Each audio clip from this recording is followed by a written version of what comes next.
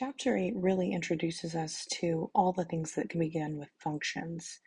And so functions provide excellent tools for creating models in science, engineering, technology, and economics. Math can even help us understand sounds. This picture shows us different frequency waves. And so functions are even a part of music and hearing.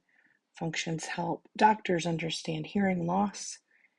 And so the first thing we're going to talk about in this particular chapter is function operations. Function operations work very much like operations with integers.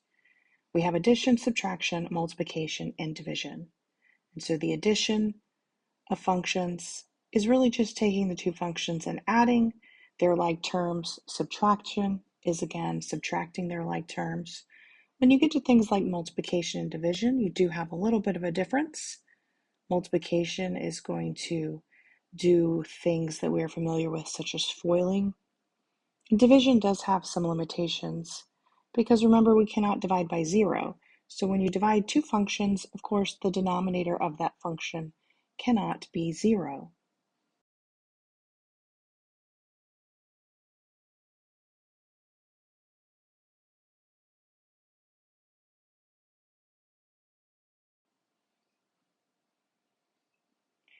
When we add or subtract different functions, the domain of the resulting function is the intersection of the domains of the two functions. Remember what domain is. That is our input, or our x value typically.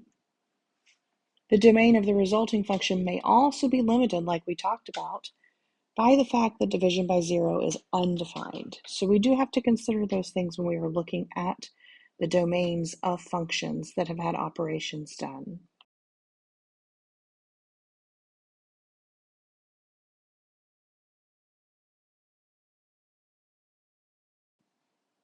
These graphs show us the difference that happens when you are simply adding a function. You can see that this parabola, our original f of x, was affected by adding it to this linear function, but really it only translated the graph. However, when we multiplied the functions, we took a parabola and then we multiplied it by a linear. Remember, a parabola is an x squared, a linear is an x.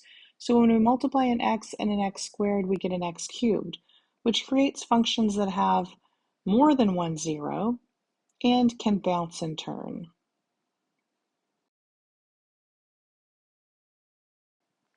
An operation with two functions can be written as a single equivalent function. So if you are adding two functions, you can take those and put them together and create really a new function. So let's look at the addition of these two functions. If we were to try to take the function f plus the function g of the number 4, really what they are doing is they are saying, we'll take the function of f when you evaluate it for 4 and add it to the function of g when you evaluate it for 4. So we would take this 4 and we would put it into our function, and then we would perform that operation just as we would when we would plug in any function. We're going to say 4 plus 1, then we are going to square it. The order of operations tells us to add that and then to square. So of course what would come out of that function would be a 25.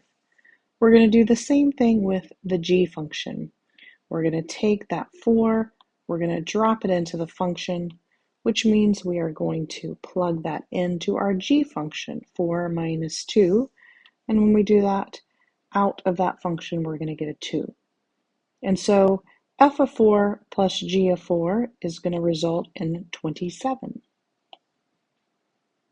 Now we could do the same thing if we simply added the functions.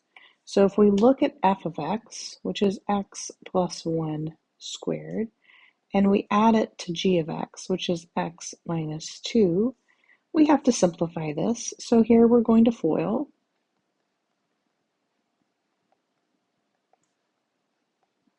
And just like order of operations, we're going to do that multiplication first.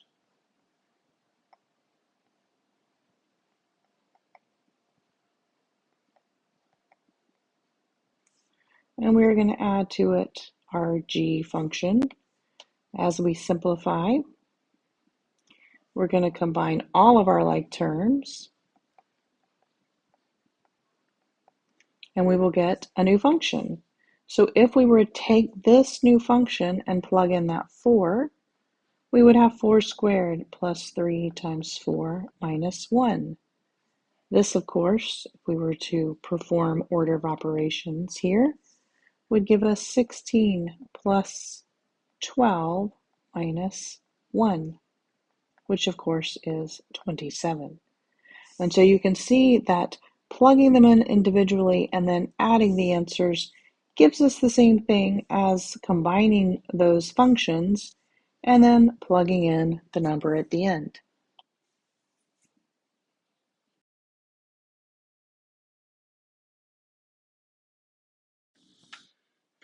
So let's look at this with just the functions themselves. We start with the function f of x equals x plus 1 squared and g of x equals x minus 2. They want us to write the function rule that represents each of these operations. This wants us to add f plus g. So we're going to take our f function and we are going to add it to our g function, which is what we just did on the previous page. X squared plus 2x plus 1 is this, if we FOIL it, plus x minus 2, which gives us x squared, 2x and 1x, 3x, 1 and negative 2 is minus 1. And this is the function that is represented by f plus g of x. What happens when we subtract those then? Well, we are going to once again have f of x minus our g of x. So we are going to take the resulting foiling here. However, when you subtract, you are subtracting the entire group. So the most common mistake here is to forget that that is a negative 1 that needs to be applied to both of those. So we're going to have x squared plus our 2x plus 1, and we're going to distribute the negative 1 to both of those. So then when we combine these like terms, we're going to see 2x minus x here, which gives us just a 1x, and then we're going to see a plus 2 at the end there.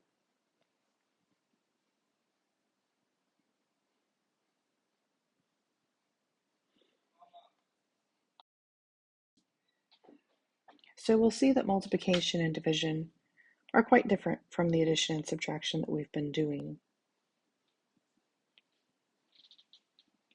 With multiplication and division, you are going to be foiling for multiplication very often when you have these. And in this case, we've already foiled this a couple of times. So we are going to take that f function, go ahead and FOIL it like we have had already done. But now we have this x minus 2 that we need to distribute across. So we're going to distribute the x through to all 3 pieces. And then we are going to distribute the negative 2 through to all 3 pieces.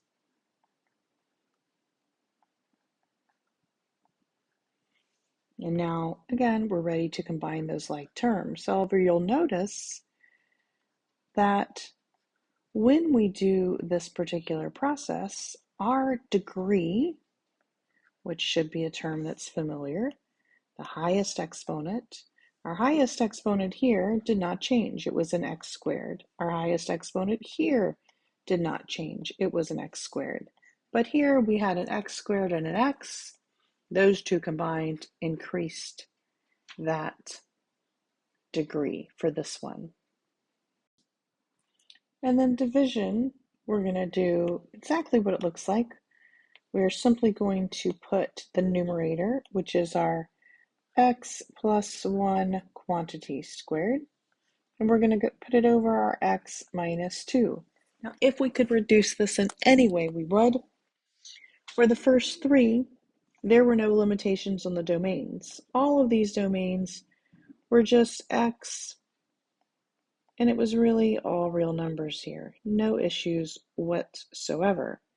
However, the domain on this one is going to have a limitation. That limitation is a result of a denominator. Our denominator, remember, can never be equal to 0. So when we look at this, we're going to ask, well, where is it equal to 0?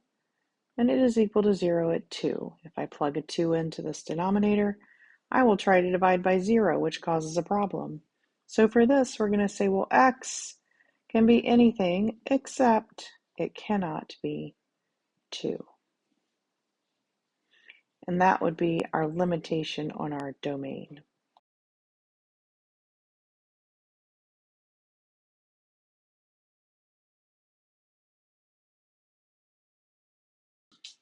So go ahead and try these three, and then when you are finished, you can continue and check your answers.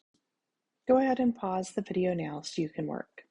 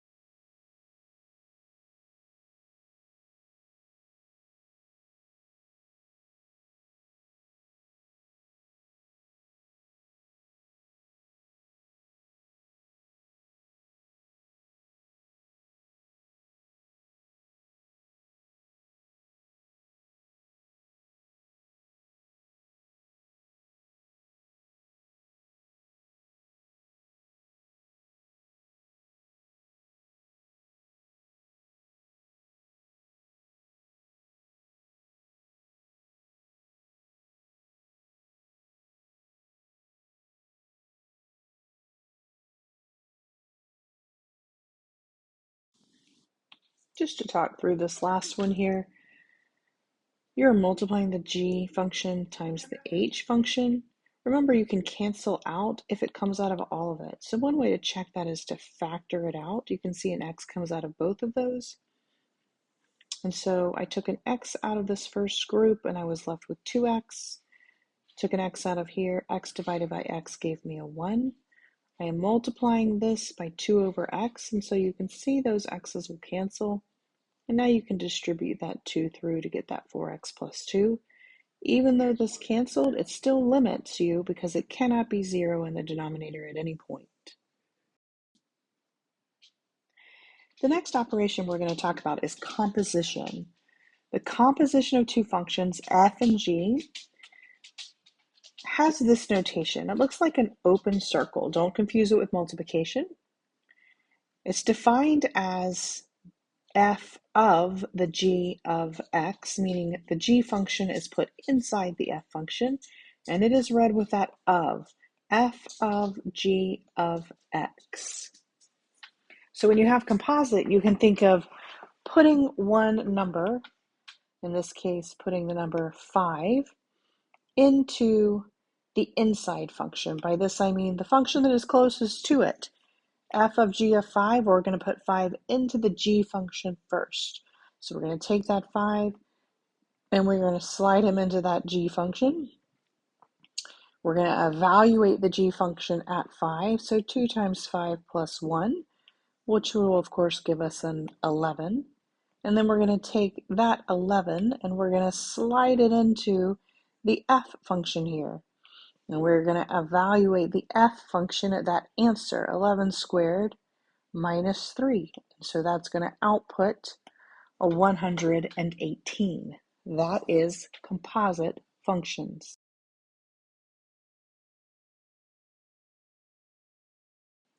And so expressing f of g of x as the f of g of x like that will help you to see what you're actually doing when you're evaluating it for a given value. You first evaluate the inner function, g of x, and then use the resulting value to evaluate the outer function, or f of x in this case.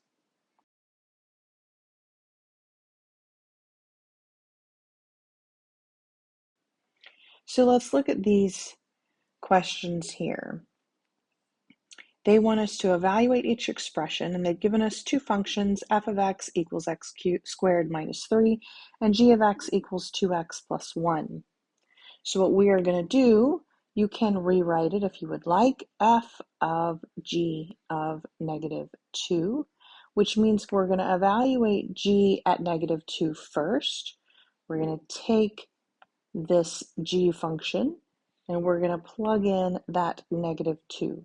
So we're going to say 2 times negative 2 plus 1, which is negative 4 plus 1, or negative 3. And then we're going to take that negative 3 and we're going to plug it into the f function here. So we are going to say now f of the negative 3, which is negative 3 squared minus 3. Of course, that is 9 minus 3, which is going to give us a 6. The next one wants us to do f of g of positive 3. So we're going to say f of g of 3. Evaluate then the inner function, which of course is the g function here. And we're going to g of 3 is 2 times 3 plus 1, which gives us a 7. And then we are going to evaluate the 7 at the f. So f of 7 is 7 squared minus 3. 49 minus 3 is 46. Now let's look at what happens when we switch the order. For this next question, they want us to evaluate g of f. Now this looks very much the same as what we just did, except the order is switched. So we're going to first evaluate the f function.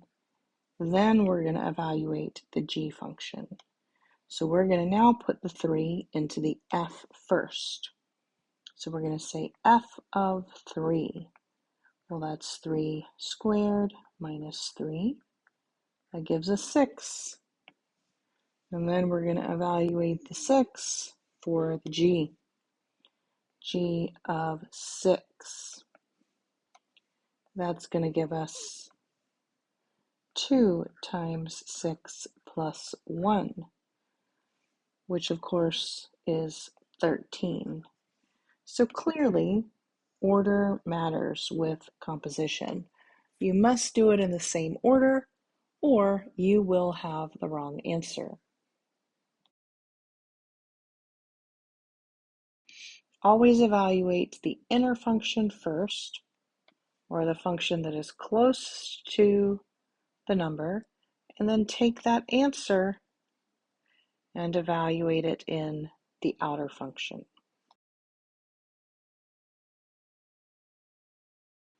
The composition of functions can be written as a single equivalent function. And remember, usually f of g will not equal g of f. But you can rewrite it as a single function, meaning if you do not have a number, you can just plug the entire function in. So let's see how that works. They've given us two functions here. Again, f of x is x squared minus 3, and g of x is 2x plus 1.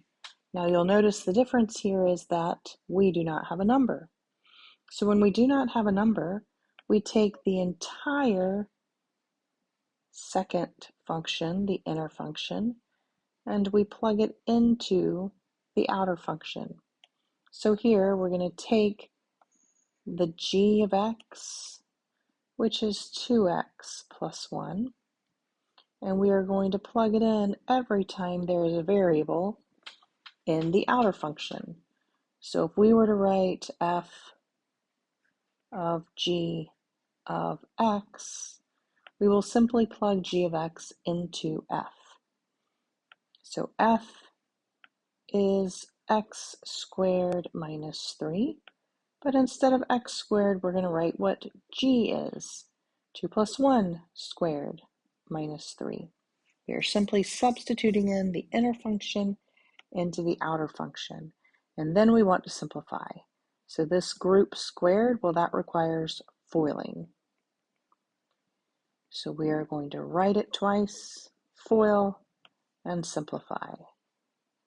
So 2x times 2x, 2x times 1, 1 times 2x, and 1 times 1. And then we have that minus 3. We're going to simplify this, combining like terms. 4x squared plus 4x minus 2. That is f of g. Remember, order matters. So if we want to switch the order and have g of f, that means that we are going to take the f function now, and we're going to plug it into the g function. As we looked at with numbers, we know that order matters here. So when we plug this in, we are now going to take that f function and we're going to plug it into the g. We have g of f of x. So we're going to rewrite our g function 2, and instead of x, we're going to write that f that we plugged in, and then plus 1. So this is our 2x plus 1.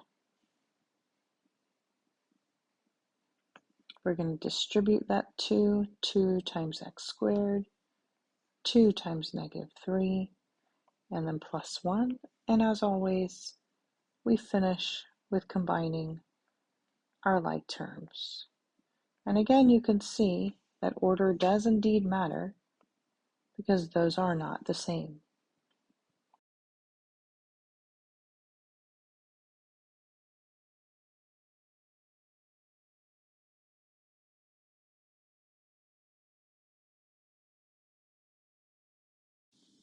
So go ahead and try these composite functions here. This first one does not have a number, so you're going to write a new rule. For these, you have numbers. You can plug it into the inner, take the answer, plug it into the outer. Same here, however, you'll notice they're the same. So you can take the 2 and plug it into G. You can take the answer and plug the answer into G again. Go ahead and pause the video now so that you can work on these, and then when you're finished, you may unpause and check your answers.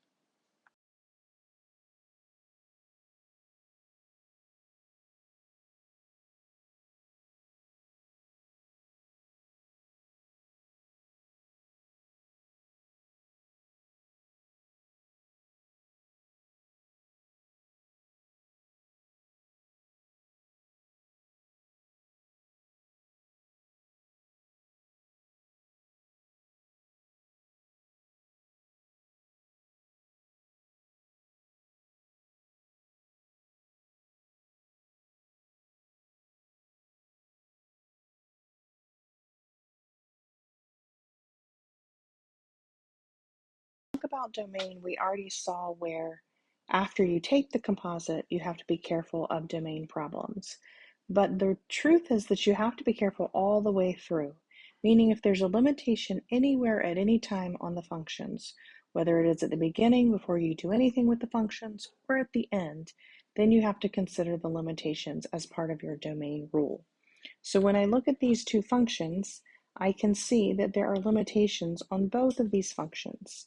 On my f function, I cannot have a 0 in the denominator, which means that because of this guy, x cannot be equal to 0.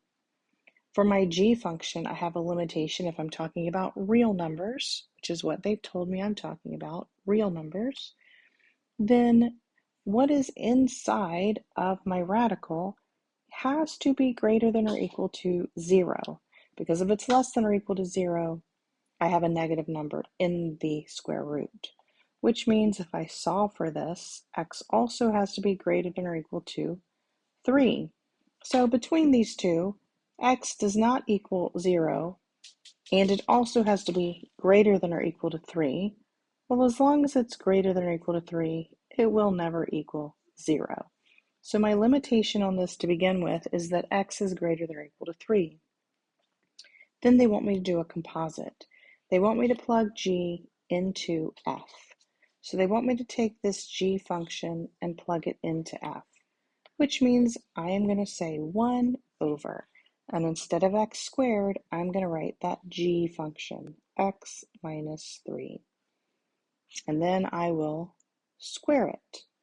Well, when I square the square root, remember, that goes away. I just have what is inside. And this is my final function.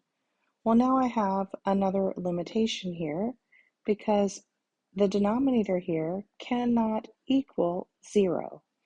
If I add that 3 over, x cannot equal 3.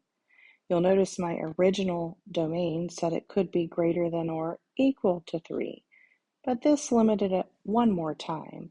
So my final domain on this is that x can be any number except numbers that equal 3 or are less than 3. So my final domain is that x must be greater than 3.